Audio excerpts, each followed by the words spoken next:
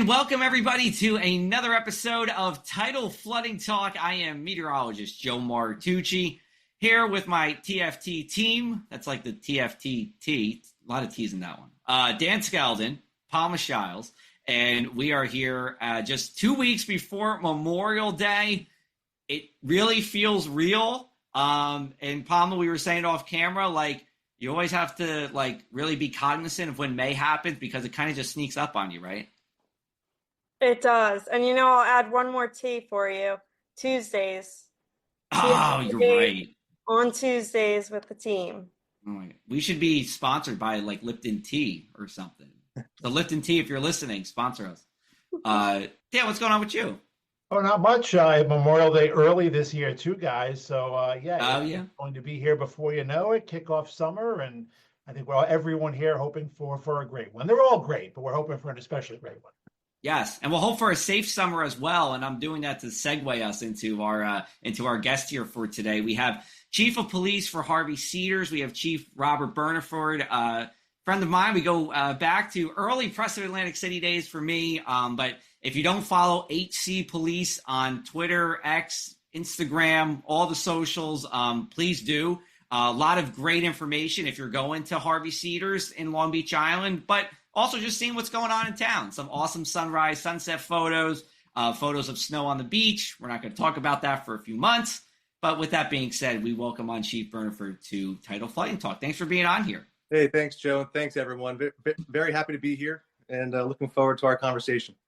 Absolutely. We'll start off just with the obvious. Summer's coming soon here. So, tidal flooding aside, what's it like for you during the month of May before Memorial Day? What's going on at police headquarters? Yeah, so, all the police officers in the department, we look forward to summer just as much as everyone else does. So obviously, Memorial Day weekend, the unofficial start of summer.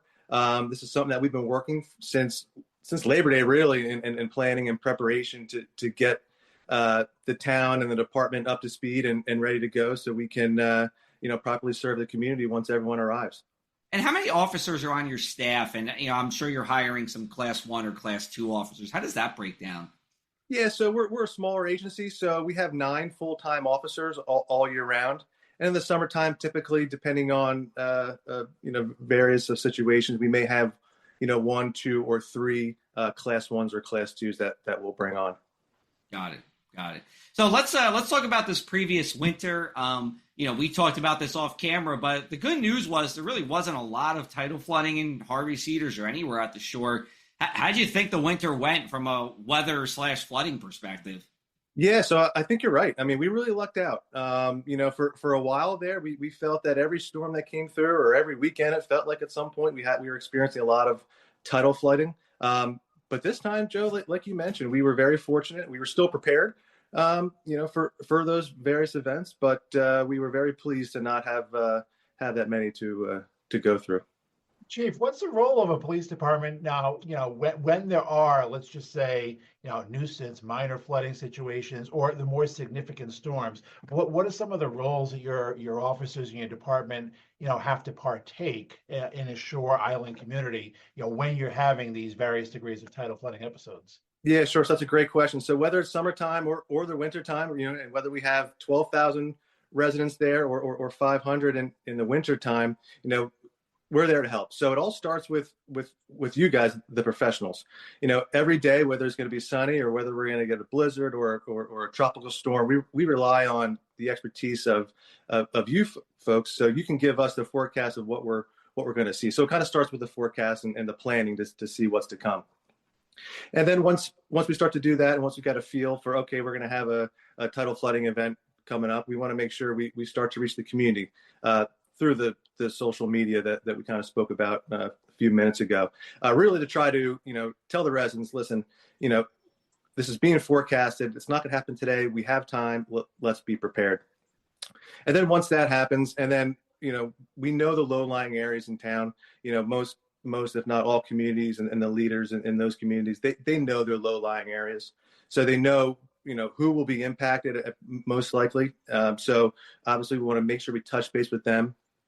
And then in the event that we have to then, respond to emergency in those situations, in those low-lying areas, we have to be prepared. So we have, we have two different high water vehicles that we have with the department, and we have a Hummer and we have a 5-ton vehicle. So again, we want to make sure those are up and running, and then we're fully staffed to make sure that we can go down and help someone in the event of those tidal flooding situations. Now, how much do you prepare in advance with other departments or other agencies? Is, preparing for a coastal storm something that is discussed well in advance with your fire department, your OEM, and really any other agency that could assist? Yep. So, it starts locally right in Harvey Cedars, where, our like you said, our OEM, our police department, our fire company, our elected officials, we meet regularly. So we're all on the same page, and we've been doing that for a long time. So that's really, we're really comfortable with that. And then of course, LBI, it's a few different towns in LBI with their own different police departments and their OEMs, but we communicate regularly, whether we have a weather event or not. So yes, we do coordinate with them. And then obviously we want to continue to coordinate with Stafford Township, because they're on the mainland side of us, and also with Ocean County Sheriff's Department and their OEM, because we rely on them for their resources and their expertise. So to answer your question, yes, we all communicate very well. We all put egos aside. We all have similar issues when it comes to that. And as most know, for Long Beach Island, there's one way on and one way off. So if that comes to an evacuation of some sort, we need to make sure that we plan that accordingly. Yeah, that was going to get into my next question. One way on, one way off, right? Route 72 over there. And I've seen when I've gone over the bridge from Stafford into LBI, sometimes, it floods even right there, right as soon as you get off the bridge. In your time in Harvey Cedars, what has been done, to improve upon it? Because I'm sure it probably would, it was still drivable for me, but I'm sure at one point it might have even been worse. Like, what have you seen over your time to improve that access way onto and off of the island? Yeah, so for those who have been to Long Beach Island in the last few years, you've noticed a lot of construction that's been going on. Yeah. Some have felt that it's been longer than it should be, but that's not for me to say. But a lot of that has been to help the drainage in that area, right in Ship Bottom, kind of where you come on to Long Beach Island. And what we have seen that to be successful. So that's been huge, because a lot of the times, we have a tidal flooding situation in that area of Ship Bottom, which is a problem for us because we can't possibly maybe not get off the island. But in Harvey Cedars, we might be dry. So again, that kind of goes back to the point of we all need to communicate, because we might not be experiencing any tidal flooding issues per se at the time in Harvey Cedars, but in order for us to get off the island, we have to travel through Ship Bottom. So if they're experiencing tidal floods, we need to make sure we communicate. But thankfully, with the state and the others involved in that project there in Ship Bottom, it has certainly helped from at least from what I've seen during various flooding situations. And just with the residents or the people who are there, right, in Harvey Cedars, I mean, what's that like, talking to them? Like, hey, it's not, no flooding here, but you're probably going to be going off the island at some point and it's flooding there. Is that something, like, how do you do that to the public?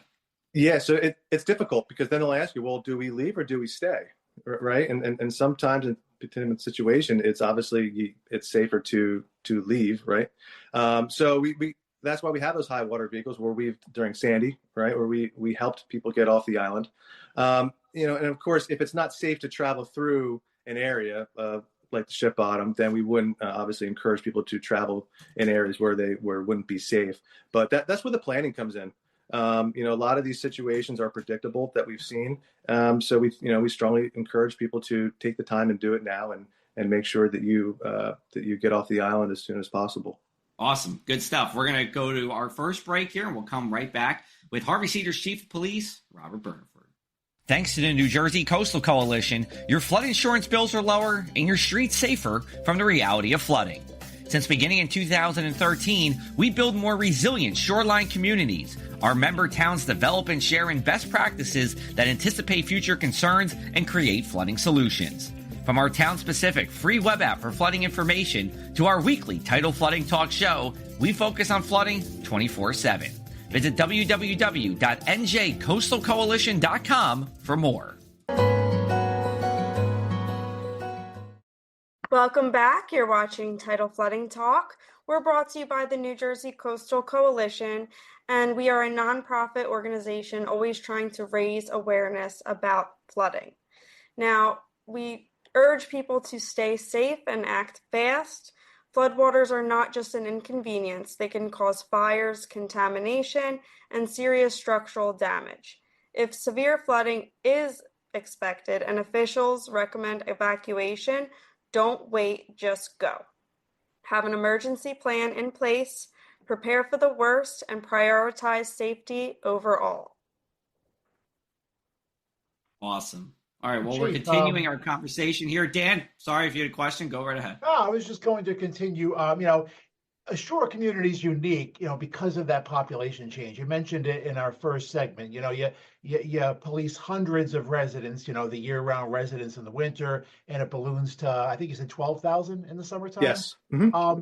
What's a more challenging time of year for you, or what's your busier time of year when it comes to tidal flooding? Is it the perhaps less knowledgeable of tidal flooding balloon of residents in the summer, but you don't have as many events, or is it more challenging in the winter when you have less population, but you have more nor'easters, more storms, and more flooding events? That's a great question. And, the first thing I think about is, really it is the summertime because, our year-round residents, they know the deal. They're more informed. They most likely have been through it. They know where to go. They know what to do. So, obviously that does present some challenges too. But I would say certainly in the summertime when you have 12,000, people, some of those are first time, to the LBI or Harvey Cedars, and it's getting the information out to them. So do they follow our social media? Can they access our website? We have electronic variable message boards that we put out.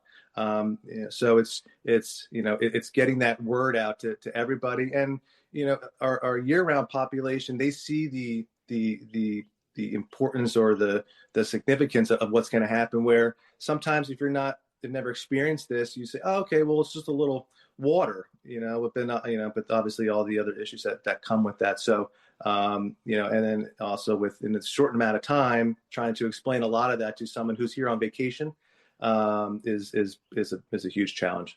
Absolutely. Just kind of a follow-up to that. And we asked this in our last episode we had with Trisha Hendricks and Kate May. Someone in Avalon, Scott Wolves, a borough administrator, he said, in Avalon, we have an average turnover of 9 years with the average homeowner. I don't know if you know the exact numbers, but does that seem about right to you? And if the answer is yes, that means that a lot of them weren't around when Sandy hit in 2012. How do you kind of reconcile the two? Yeah, so I can't speak to the numbers, but what I can say is, yes, I see a lot of for sale signs going up for various reasons, whether it's market or whatnot. But there's enough turnover since Sandy that I would say there's certainly a good amount of people who did not experience that, so would not possibly know what to do or see the importance of the messages that we're trying to get out. So it is kind of every year and whether it's one resident or 100 residents, you always want to make sure that we reach everybody. So it's important to continually have that community outreach and not wait for an event to happen. So, we have a team of people that help with the community outreach of that. But that's why it's always important not just to wait to an event to happen, whether it's, knock on wood, hopefully a Sandy event doesn't happen anytime soon, and not wait to an event like that to try to get the word out to everybody. So continually, get that message out and make sure we have information available for everybody. A good time to say that there's a 28% chance of New Jersey being within 50 miles of a tropical storm this year and about a 9% chance of a hurricane. That's from Colorado State University. So fairly low odds, but it is a little above the average for us. So hopefully it just doesn't happen. We don't have to worry about it. Yep, I agree with that. Papa, your mic is off. Sorry about that. Is there anything that you've learned along the way that maybe you weren't prepared for when you first became chief that now looking back you have improved and you're ready for the next coastal flooding event? Yeah, the one thing is, that we continually work on and is just that planning and preparation. You might be kind of short-sighted at some points where you might only think of, I got to do this, this, and that. Well, now you really need to do this, that, and this, that. It just you have so much more that you need to look at, and you have to look outside the box also. You got to make sure, as we mentioned earlier about working with other towns, we're only as good as our teammates, right? And our teammates being the towns around us. So, again, it's just making sure that, yes, we are ready. We've always been prepared. And I'm not saying the other towns weren't, but it's just making sure that, we're all on the same page. Yes, we're ready. Yes, our vehicles are fueled up. Our generators are fueled up.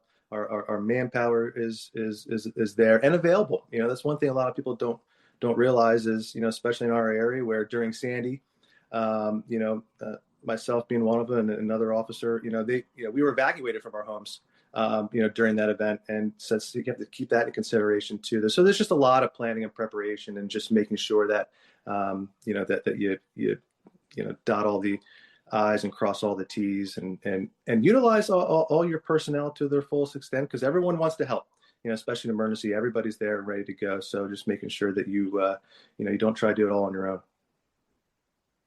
And what's it like, you do all the planning, you're well prepared for the storm, the storm hits, whether it be a hurricane or a nor'easter, what's the feeling like then? Like where do you ride out the storm, and, what's going through your mind when the storm's actually occurring and, let's say emergencies are popping up or could pop up? The planning's a long, arduous, kind of year-round, never-ending process. But what's going through your mind when the storm's actually going on? Yeah, so that just brings me back to Sandy, where I was at the firehouse in Harvey, Cedars when the storm hit, and everyone was told to evacuate. And as the eye of the storm came around, and then the wind switched, it's when the ocean started to breach the dunes and come into the boulevard. That's when we start getting 911 calls. And at that time, we had to make a decision. Do we put the first responders at risk to try to get into a situation where may be unsafe for them, to go out and help these people, or turn around and get back to safety. So so once the storm hits, you just hope that everyone did listen to the evacuations, if they were in place at that time, and you just really hope that once the storm passes, everything is not as bad as you had planned for.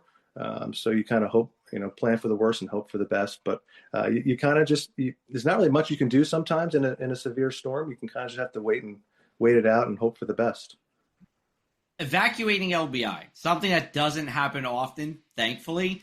But is there an order into how you're supposed to evacuate? And if so, where's Harvey Cedars on that list? And for people who are watching, Harvey Cedars is pretty far north in Long Beach Island, pretty close to the tip. Mm-hmm. Yep. So when for OEM and the officials, when we called for the evacuation, we didn't say, okay, Harvey Cedars, you're up today, or Surf City, you're up tomorrow. We gave ample time so that it could be done in an orderly fashion. The one thing that I think we struggled with a little bit during Sandy was, and I can't remember exactly what storm it was before that, where we did call for an evacuation because of the forecasted models were to be a significant event. Probably Irene, 2011. Yes. Yeah. Thank you. And what happened? It wasn't much of an event. So now, if as the emergency management officials, we're asking, people to leave because of a storm coming, and then a storm doesn't come. And now Sandy comes and we say, hey, a storm's coming, you have to leave. And then, so it took a little bit more convincing for everyone to leave, which the majority of people did. It just took a little bit more convincing. So, we'd never take evacuations lightly. We don't just do it, unless there's a good reason to keep everybody safe. Yeah, and I think that's one of the big questions that we'll never know. What happened if Irene didn't happen and only Sandy happened? How would things be different? Would they be different? Probably so, but we'll never know. Anyway, we'll take our final break here. We'll come back on the other side with Tidal Flooding Talk.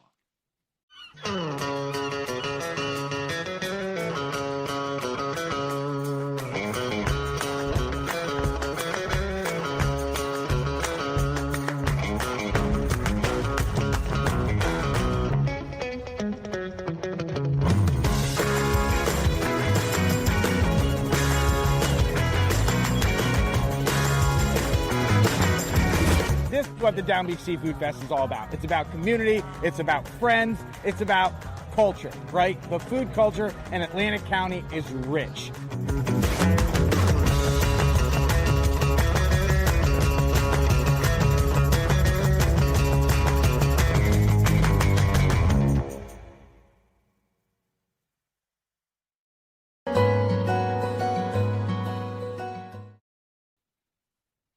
Welcome back to this third and final segment of this week's Tidal Flooding Talk, proudly brought to you by the New Jersey Coastal Coalition. Here with Chief Robert Burnaford from the Harvey Cedars Police Department. Continuing our discussion, Chief, you mentioned earlier, responding to vehicles, let's say, or emergencies, vehicles that get stuck in water, or flooded residents that may be trapped. There's that old National Weather Service moniker, turn around, don't drown, right? A lot of people don't turn around. They try to drive through floodwaters, which you should never do unless perhaps you have one of those high water vehicles that you guys mentioned earlier. What's it like? How big of a tool is that in responding to emergencies? Yeah, it's huge. We're so fortunate to be able to have those vehicles at our disposal, because it doesn't take much for any SUV or sedan that someone may own to get stuck in a flooded situation. That's why the old adage of turn around, don't drown. Having these high water vehicles where we can go through feet, 5, 6, many feet of water, to get to where we have to go without really any hesitation. But again, that's why, the old saying too, you leave it to the professionals. We strongly encourage people to evacuate when they can, get themselves out of the low-lying areas ahead of the flooding situation. And then if they can't, let us come help you. What's it like actually in that high water vehicle? I'm sure you've been in it a few times. You got any stories for us about that? Yeah, it's cool, right? You're driving around in these big things, but at the time you're not thinking about that. You're thinking about the mission on hand. But it's just nice to be in a piece of equipment, knowing that you're going to be able to get from point A to point B. One thing, during Sandy, we had the fire company at the time had a deuce and a half, which is like a big Army military vehicle that we used to evacuate people. And, during that time, we would have to go out and effect rescues for some of those that didn't evacuate. When you have the ocean running down the streets as it breached the dunes, that was something that I will never forget.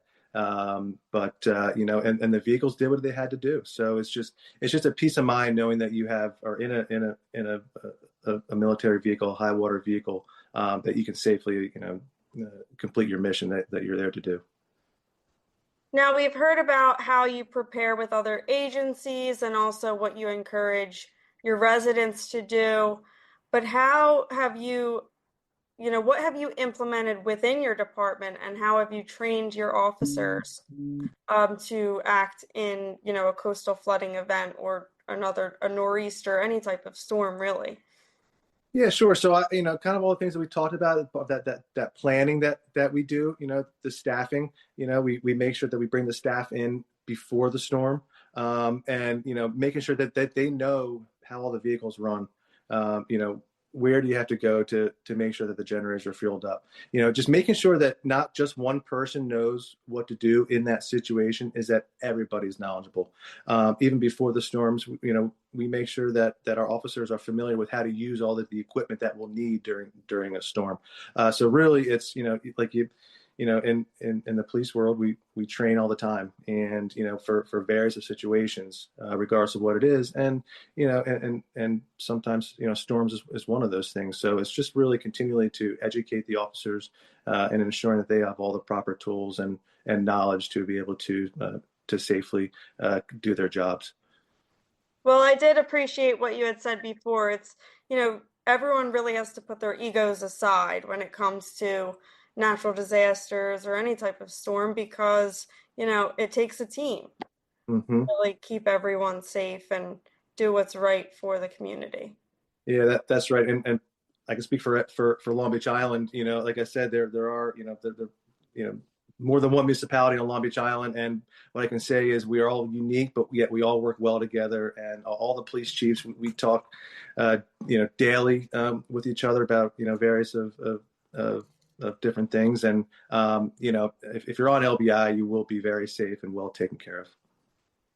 Absolutely. And I always feel very well taken care of when I'm in LBI, which has been too long. I haven't been in LBI in a while. I got to change that. I got to get back up to Harvey Cedars. Absolutely. Well, you're always welcome. I appreciate that.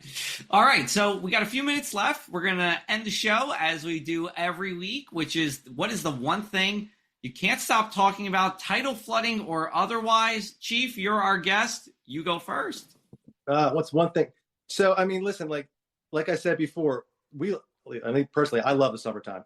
Right. And so are officers. So as soon as, and I'm a warm weather person, I'm a beach person. So as soon as, September, October are kind of wrapping up and we're getting into the winter time, I'm thinking about next summer again. So, hopefully we don't have any tidal flooding situations, but if we do, like we've spoken about, we're well prepared and, here to help. Awesome. Well said. Palma? I couldn't agree more. I'm ready for the summer, certainly. And of course, that does, I don't want to think about flooding. I really don't, but I'm not going to stop. So, I'll just keep that in mind. Be ready. All right. Dan? I will say with the Memorial Day weekend coming up, just remember from a weather standpoint that of the summer holiday weekends, it's always the iffiest, right? Labor Day is great. The water's warm. Unless there's a hurricane, Labor Day is your best bet. July 4th, it's hot, humid. You got thunderstorms. Memorial Day, you can be anywhere from like 40-something in drizzle to 90-something in heat and anything in between. So it's always a gamble planning outdoor stuff on Memorial Day holiday weekend. But regardless of the weather, it's a great time. Start of summer. Yeah, and Memorial Day 2021 will always stick out in my mind because it was so cold and wet from Friday night all the way to Sunday. That was incredible. Monday was fine, but it was cool. Anyway, I'm going to go with this. I have to now. While recording this, it's not my birthday. When you're listening to this, it is my birthday. So I'm going to give I'm going to give my future self a happy birthday to myself for May 13th. Now, meteorologist, is that a lot of pressure on you for, Memorial Day weekend, 4th of July weekend to have the right forecast? No, you got to get the Joe Martucci birthday weather right. Who cares about Memorial Day? You have to give him the good weather. Hey, listen, man, Memorial Day and my birthday are very similar. I have had 49 and raining, and it's been 85 and humid. So pretty similar. But, we'll see. I don't know what the weather's going to be like for my birthday yet. Let's hope it's 72 and sunny when you're listening to this. Well, happy birthday, Joe. Happy birthday. That's great. Thank you. All right, so we're going to wrap up for this week's episode of Tidal Flooding Talk. Chief Burnaford, we really appreciate you coming on. Tell everybody where they can follow you and what's going on with the police department. Yeah, thank you very much. We're we're very active on social media. AC Police on Instagram and X or Twitter, X, whatever you call it right now, and Facebook or our website acpolice.org. So hopefully come down and visit us this summer. Absolutely, yeah. Go over to Harvey Cedars if you haven't. You'll be taken care of. We hope you stay safe this summer, Chief, and we'll look forward to talking to you soon. Thanks again. Likewise. Thank you, guys. Thanks, Chief. Thanks.